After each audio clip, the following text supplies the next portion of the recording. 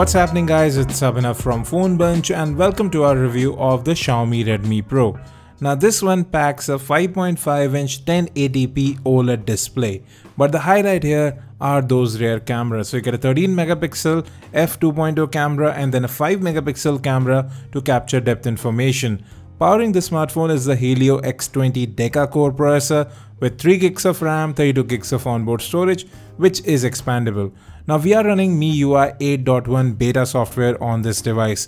It's not the stable ROM, there are a few changes, just like the notification shade you see up there, which can be expanded.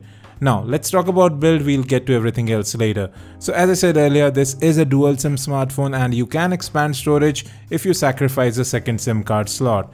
And at the bottom of the phone you'll see a single speaker and the microphone along with the USB Type-C port. Moving to the top, you'll find the IR blaster, 3.5mm headphone jack, as well as a secondary noise cancellation mic. On the right of the phone, you have the power lock and unlock button as well as the volume rocker. Both are positioned well, they don't wobble and have good tactile response too. Now moving to the back, you can see those dual cameras and you also have the dual tone LED flash. The back of the phone is completely made out of metal. You have this sort of brushed aluminium finish which I thought would add a bit of texture, but in fact it makes the phone a bit too slippery.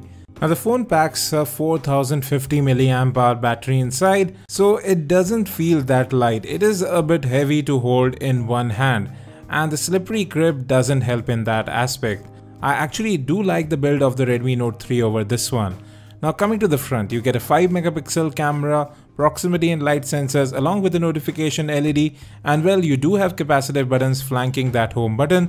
Just like the Xiaomi Mi 5, those are just little dots which actually do light up and you can configure them as well. The button has various functions which I'll talk about in a short while. Now this is an OLED display, so great viewing angles, excellent contrast levels and very deep blacks.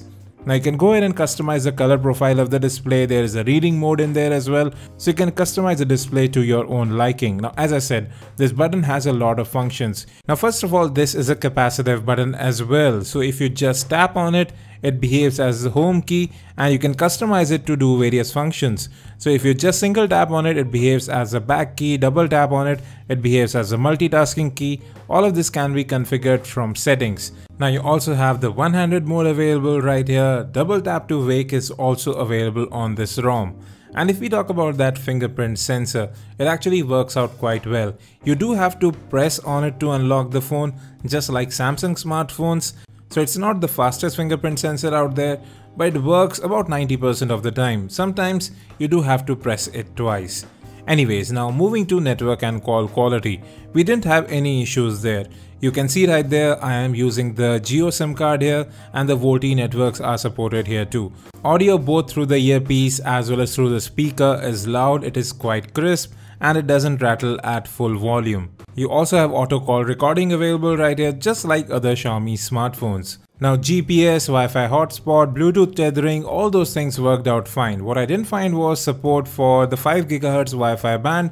That could be an issue with just this ROM. And here are all the sensors. You have the gyroscope, magnetic field sensor, all present here. Now let's get to that rear camera. It does capture images pretty quickly. Shutter speeds are very good over here, and that's how you activate the dual camera mode. It's called stereo here. And with that mode in action, you can change the f-stop on the fly. Now this is controlled artificially by using the dual cameras on the phone, and let me just show you how that works. So you can change the focus of the image after it has been captured.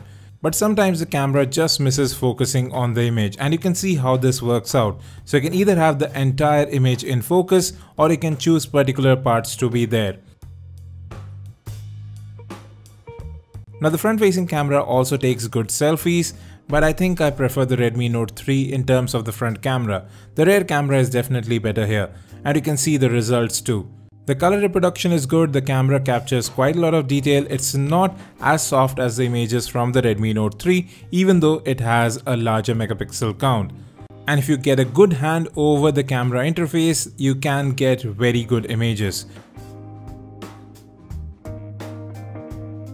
Now yes, in lower light this camera doesn't perform that well.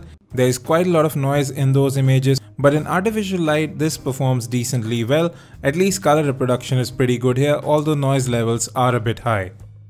Now coming to audio quality, the speakerphone here is actually quite loud. It is quite clear as well, doesn't distort at full volume. However, audio through the headphone jack could actually have been better. It sounds a bit flat, but there too, there is no distortion.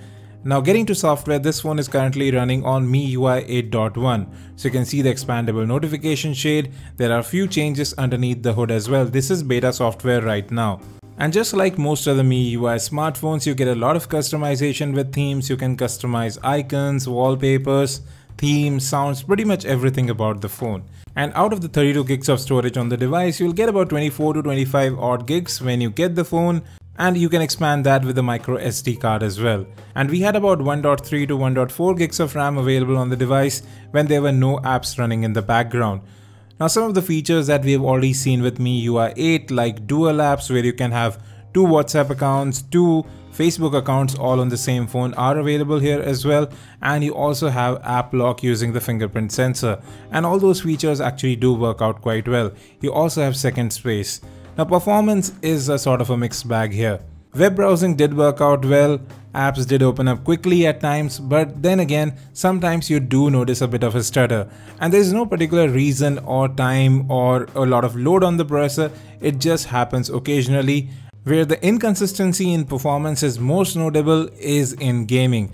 Now since this phone is not running on final software, I really won't comment on performance much, but there was a bit of lag in gameplay, even in Asphalt 8, which is actually quite optimized. Now coming to battery life, I was able to get about 5.5 to 6 odd hours of screen on time, which translates into roughly 1 to 1.5 days worth of use. Now that isn't as good as the Redmi Note 3, even though both have similar sized batteries. So here's my final take on the Xiaomi Redmi Pro.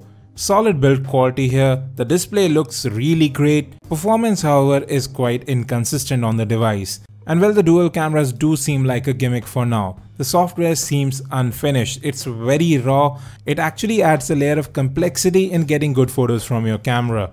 And well, sometimes it just doesn't focus well. So folks, those are my thoughts on the Xiaomi Redmi Pro. If you have any questions about the device, do hit us in the comment section. It's not launching in India anytime soon. If you need further information about the product, those will be in the description section as well. And well, don't forget to download the PhoneBunch Android app where we are running a share and win giveaway. So download the app, share it with your friends and win great giveaways. Thanks for watching this video. Subscribe, like and share. And as always, have a great day.